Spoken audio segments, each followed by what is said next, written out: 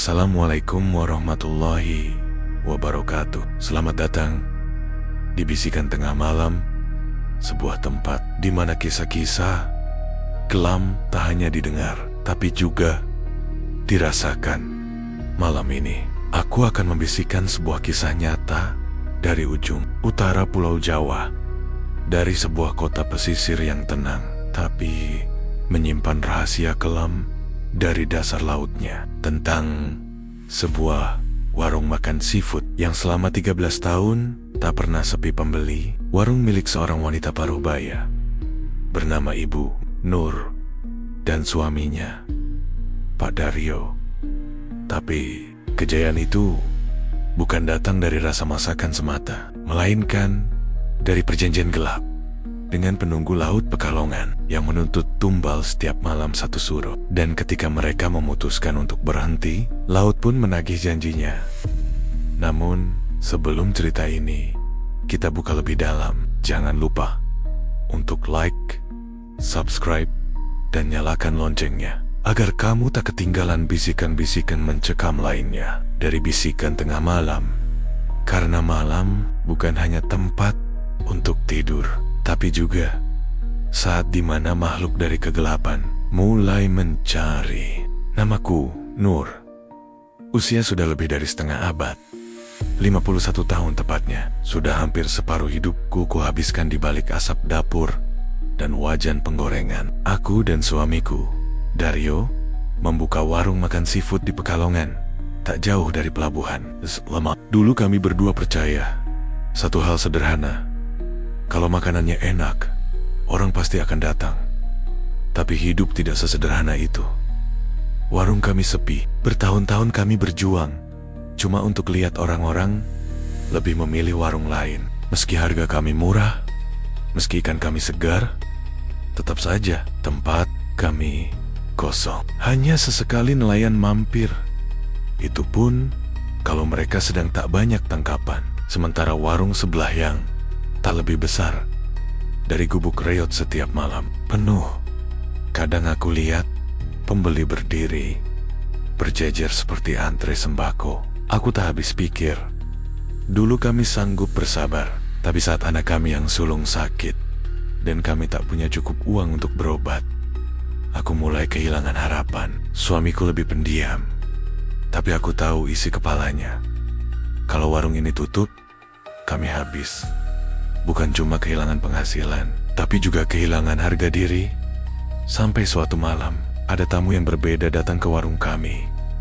Lelaki tua, wajahnya keriput seperti karang tua. Pakaiannya lusuh, tapi anehnya, tag coater. Matanya menatap dalam ke arahku. Lalu dia bilang, "Ikanmu segar, Bu. Tapi bukan itu yang bikin orang datang. Kalau mau ramai, kamu harus panggil yang dari bawah sana." Aku hanya terdiam, tak paham maksudnya. Tapi saat ia menyebut nama seseorang Mbah Kalimun, aku tahu ini bukan omongan biasa. Nama itu dikenal di kalangan tertentu.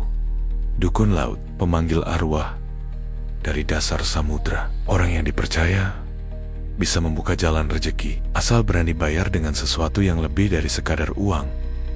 Malam itu, aku dan suamiku bicara panjang. Daryo menolak keras. Katanya, rezeki itu soal usaha, bukan pesugihan.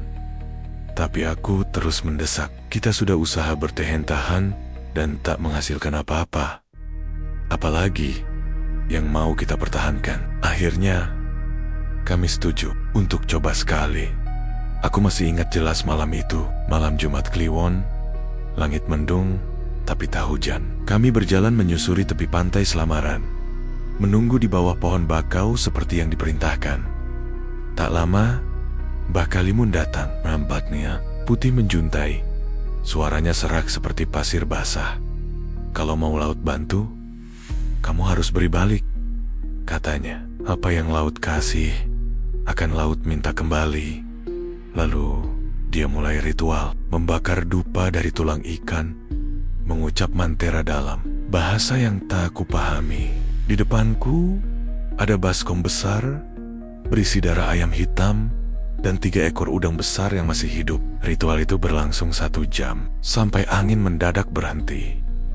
sunyi, benar-benar sunyi.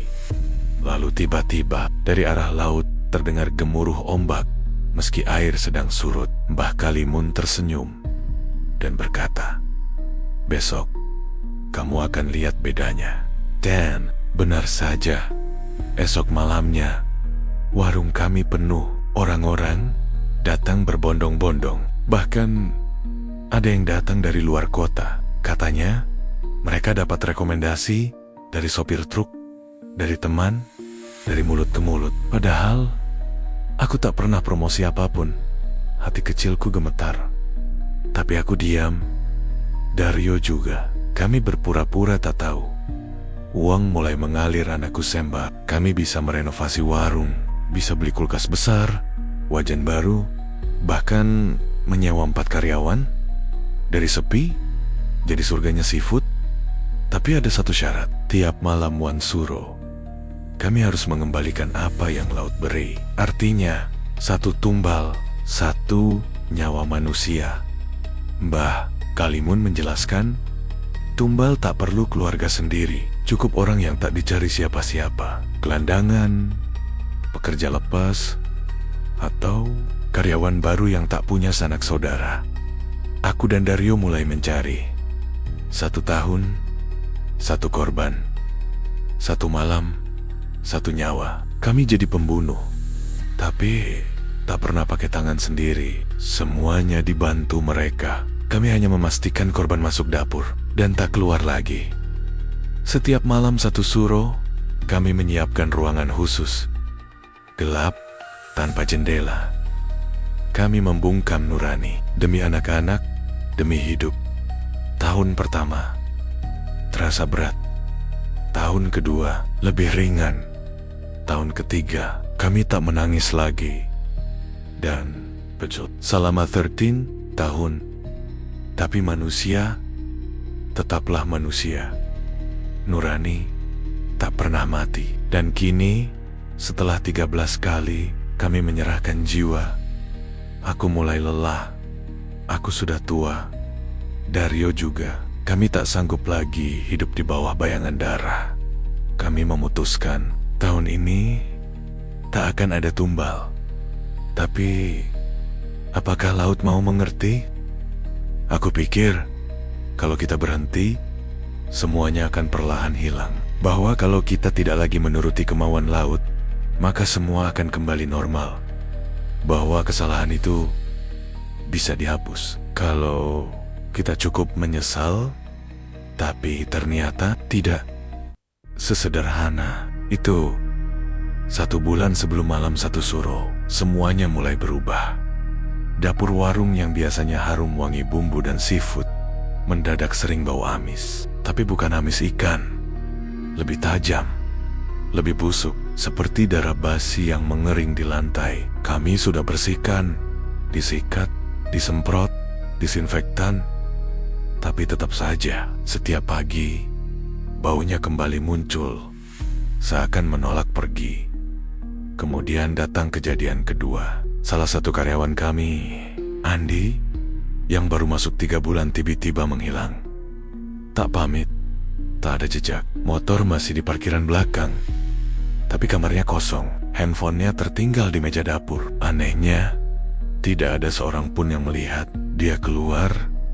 Bahkan CCTV pun gelap selama 5 menit penuh. Tepat jam 2 pagi. Itu waktu yang biasanya kami gunakan untuk menyiapkan ruangan belakang di masa lalu. Aku dan Dario saling pandang. Hati kami was-was.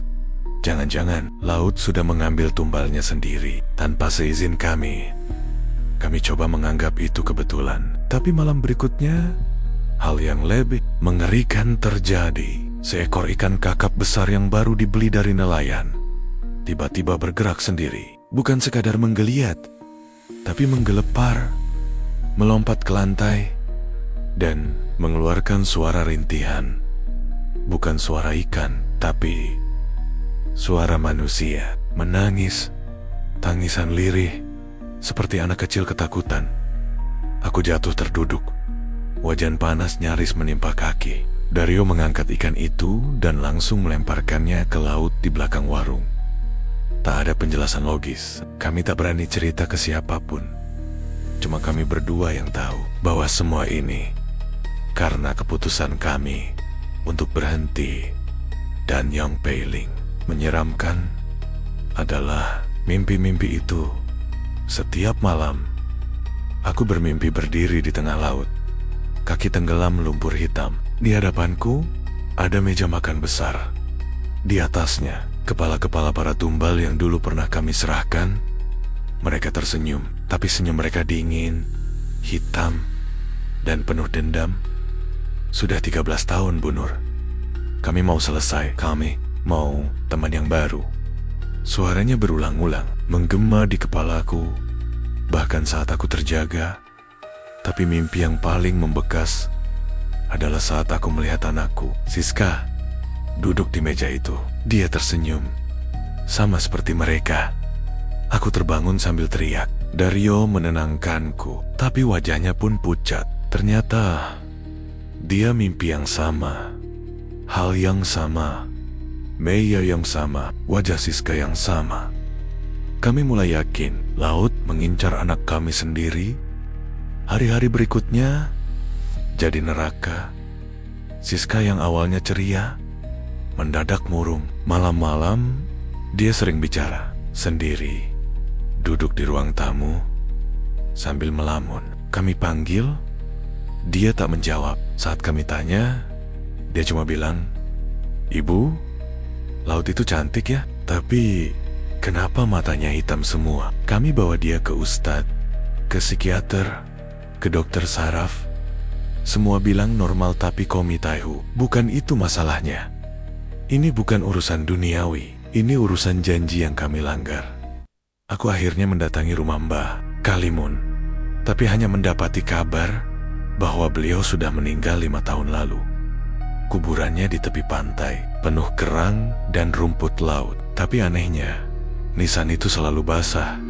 Meski tak hujan, aku menangis di depan kuburannya. Minta maaf, tolong. Aku sudah lelah, aku tak sanggup kehilangan Siska.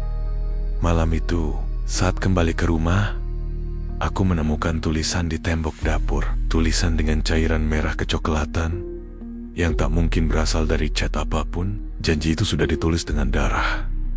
Maka hanya darah yang bisa mengakhiri. Aku tak bisa tidur. Aku hanya menatap wajah Siska semalaman. Takut dia akan menghilang seperti Andi, atau lebih buruk, jadi tumbal selanjutnya. Kami sudah berdosa, tapi mengorbankan anak sendiri itu bukan lagi pengorbanan, itu kehancuran. Akhirnya, aku dan Dario sepakat, kami harus lakukan sesuatu, apapun, sebelum malam satu suro benar-benar datang.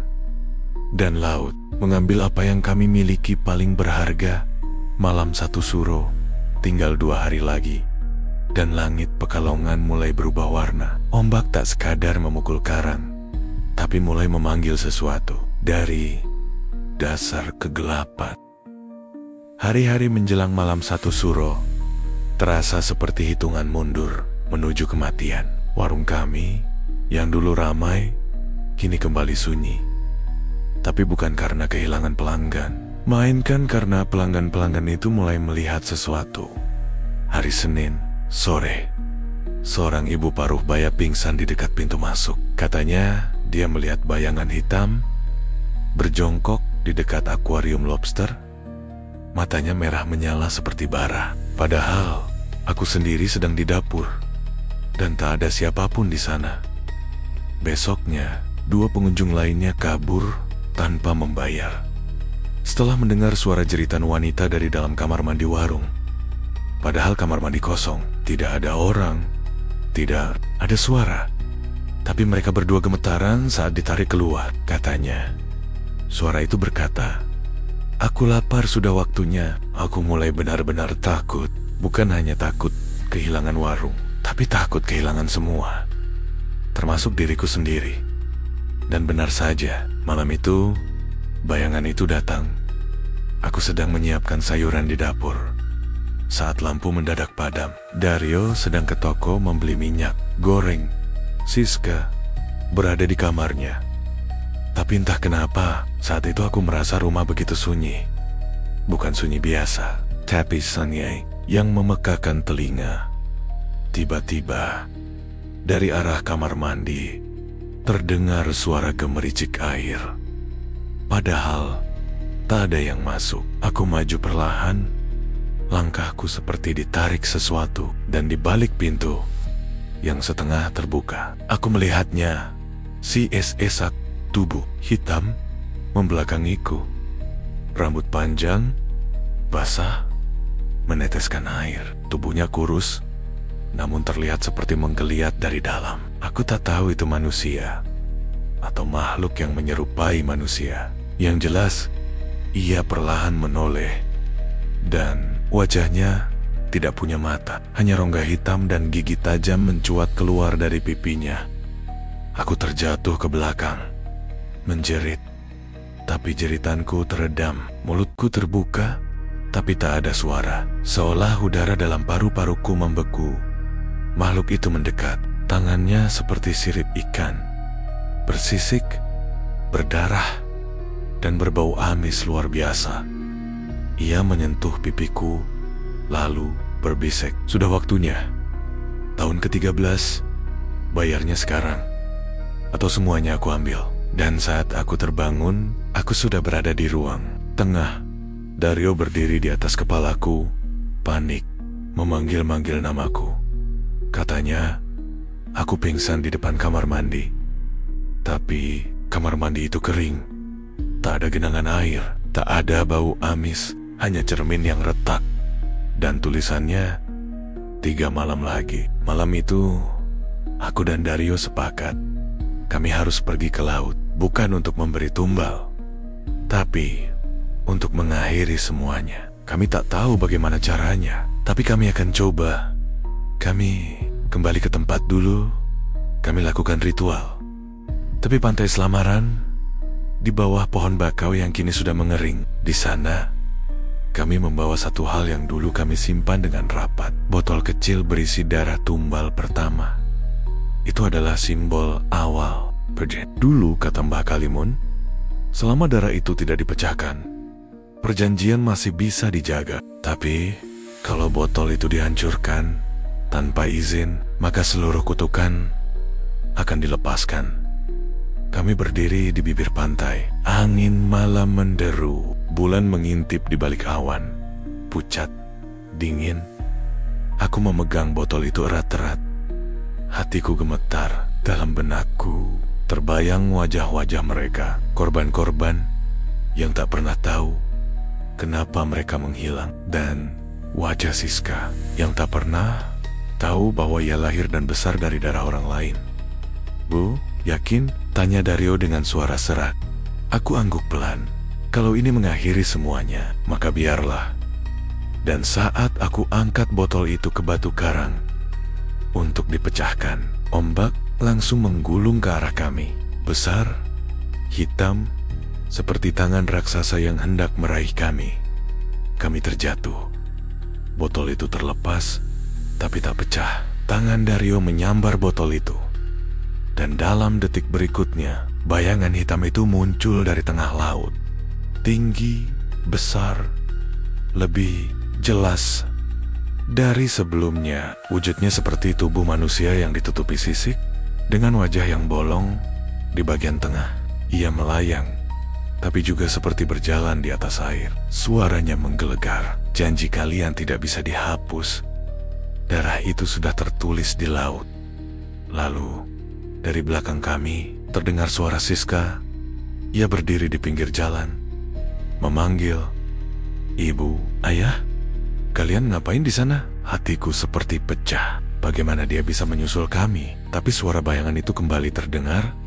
"Ambil dia, atau kalian semua kuambil." Aku menangis. Dario tak bisa berkata apa-apa. Kami dihadapkan pada pilihan paling mengerikan dalam hidup kami. Menurut dosa atau mati semua malam itu. Aku peluk botol itu. Aku peluk Dario. Dan kami tahu, malam 1 Suro tinggal sehari lagi. Pilihan harus dibuat, atau laut akan memilih untuk kami. Besok adalah malam 1 Suro. dan darah lama menuntut darah baru. Bisakah sebuah janji dihancurkan jika ia ditulis bukan dengan tinta, tapi dengan nyawa? Malam itu datang seperti penagih utang, pelan tapi pasti. Dan saat ia mengetuk pintu, tak ada yang bisa kau lakukan selain menjawab atau bersembunyi sampai ketemu juga. Aku, Dario, dan Siska duduk di ruang tengah rumah kami. Lampu kami padamkan semua. Pintu kami kunci rapat. Gorden kami tutup. Kami bertiga hanya duduk dalam diam, menanti sesuatu yang tak bisa kami lihat, tapi kami tahu sedang mendekat. Jam menunjukkan jam 11:45 malam. 15 menit lagi menuju malam 1 suro. Dan waktu seperti melambat. Detik demi detik terasa seperti paku yang menembus kepala. Siska tidur bersandar di pangkuanku, tapi matanya berkedip cepat. Dia pura-pura tidur. Dia tahu ada yang tak beres dia anak kami. Dia mungkin tidak tahu dosa apa yang kami perbuat, tapi dia bisa mencium ketakutan kami, dan itu cukup membuatnya tak nyaman. Dario menggenggam botol darah itu. Jari-jarinya bergetar. Matanya sembab. Kami belum memutuskan apa-apa. Kami hanya tahu, jika malam ini lewat, maka hidup kami takkan sama lagi. Entah kami selamat, atau kami akan lenyap. Lalu, tepat pukul 12 malam, bunyi dari arah dapur terdengar. Tuk, tuk, tuk, seperti suara air menetes ke seng. Tuk, tuk. Dario berdiri perlahan. Tapi aku tarik tangannya. Jangan ke sana, bisikku. Tapi dia hanya mengangguk pelan. Kalau kita lari, kita akan dikejar. Kalau kita lawan, kita mungkin bisa memilih. Dia melangkah ke dapur, membawa botol itu. Aku tak tahu apa yang dia rencanakan, tapi aku tahu dia tak ingin Siska tersentuh kutukan ini. Aku peluk Siska lebih erat. Kalau ibu bilang lari, kamu lari ya nak, bisikku. Dia menatapku. Matanya mulai turun, tapi dia angguk. Dari dapur, aku mendengar suara Dario mengaji pelan. Surat Yasin, suara yang lirih, gemetar. Lalu, suara tawa. Tawa perempuan, tawa yang menggema dari dalam tembok-tembok. Tawa yang pernah aku dengar dulu saat pertama kali aku menyembelih tumbal. Itu suara dari laut, suara dari makhluk yang kami beri makan. Tiba-tiba, lampu ruang tengah menyala sendiri.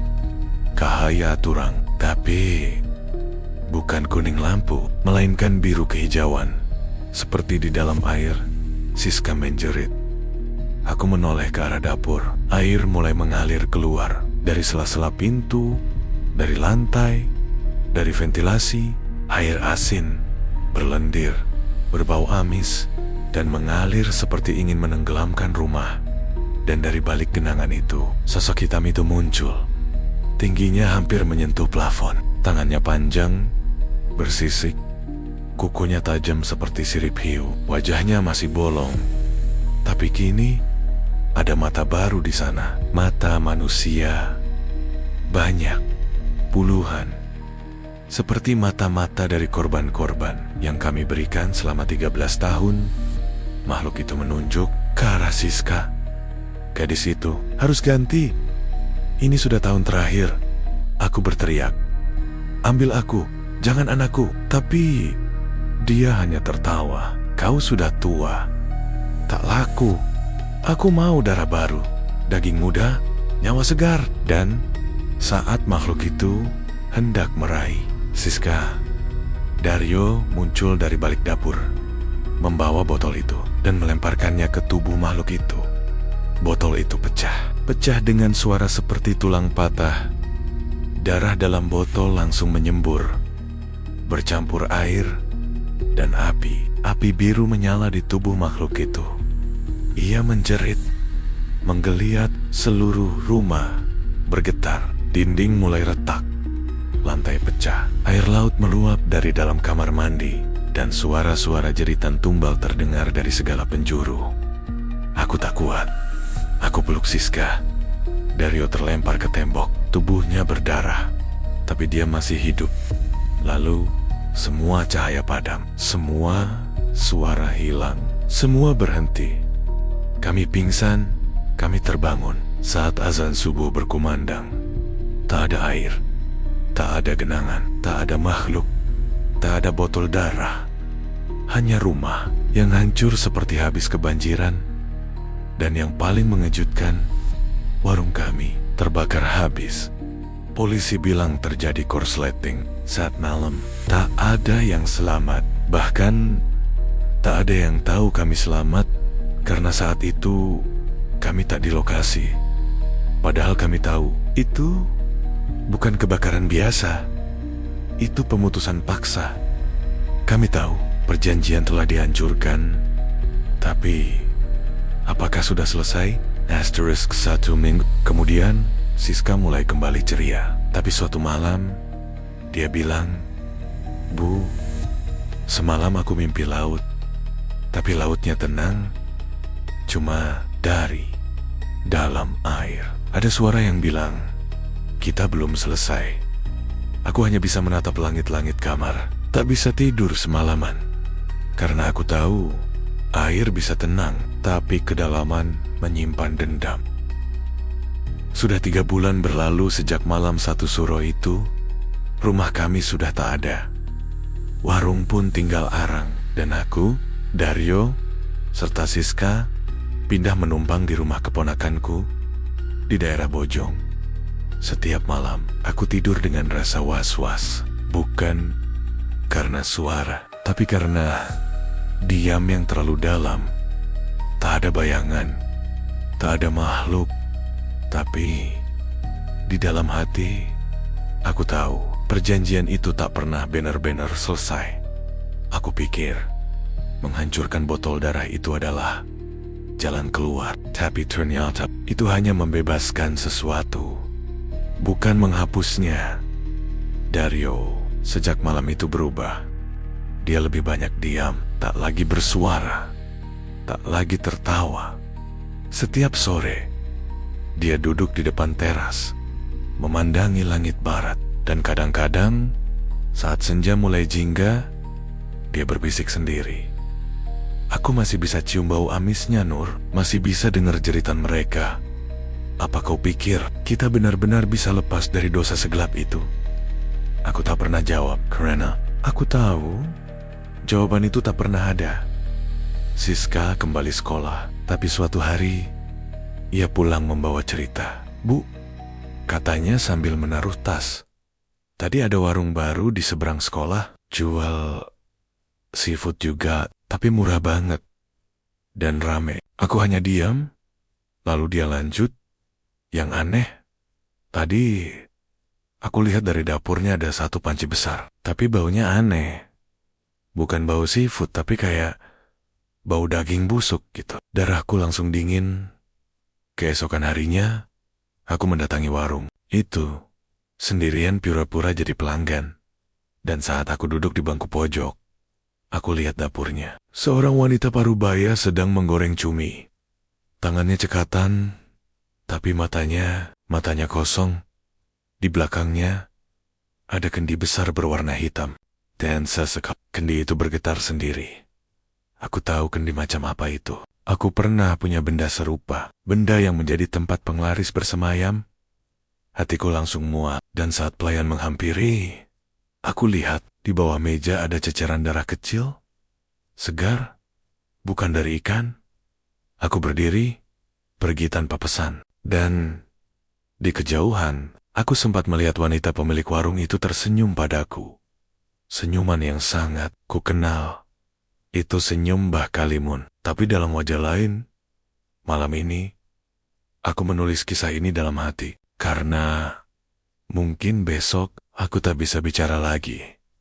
Semalam, saat aku mencuci piring, air keran mendadak asin, dan dalam pantulan genangan air, aku melihat wajah-wajah tumbalku. Mereka tak menjerit, tapi hanya menatapku, seolah berkata, "Kami menunggumu." Aku sadar, kutukan ini bukan cuma soal tumbal, tapi soal rasa lapar yang tidak bisa kenyang. Sekali kau memberi makan makhluk dari dasar laut, maka selamanya kau akan dicari. Bahkan jika kau berhenti, daging mereka yang dulu kami goreng, sekarang menempel di tangan kami. Dan bau amis itu tak bisa hilang, meski dengan sabun sebanyak apapun. Buat kalian yang dengar cerita ini, jangan pernah tergoda dengan warung yang terlalu ramai secara mendadak. Makanan terlalu murah, tapi rasanya luar biasa. Karena mungkin bukan cumi, bukan kepiting, bukan kerang yang kalian makan, tapi daging manusia yang dibumbui kutukan. Dan jika kalian malam-malam mendengar suara air mengalir dari dapur, atau suara seseorang mengetuk pintu, padahal tak ada siapa-siapa, jangan dibuka, jangan dijawab, karena bisa jadi itu giliran kalian yang akan jadi tumbal selanjutnya. Terima kasih sudah menyimak kisah Tumbal Laut Pekalongan, pesugihan warung seafood Ibu Nur. Kisah ini hanya fiksi, atau mungkin memang pernah terjadi di sudut kota yang tak lagi ramai. Jangan lupa tekan tombol like, subscribe, dan aktifkan lonceng notifikasi agar kamu tidak ketinggalan kisah-kisah horor lainnya. Karena di setiap malam selalu ada bisikan tengah malam.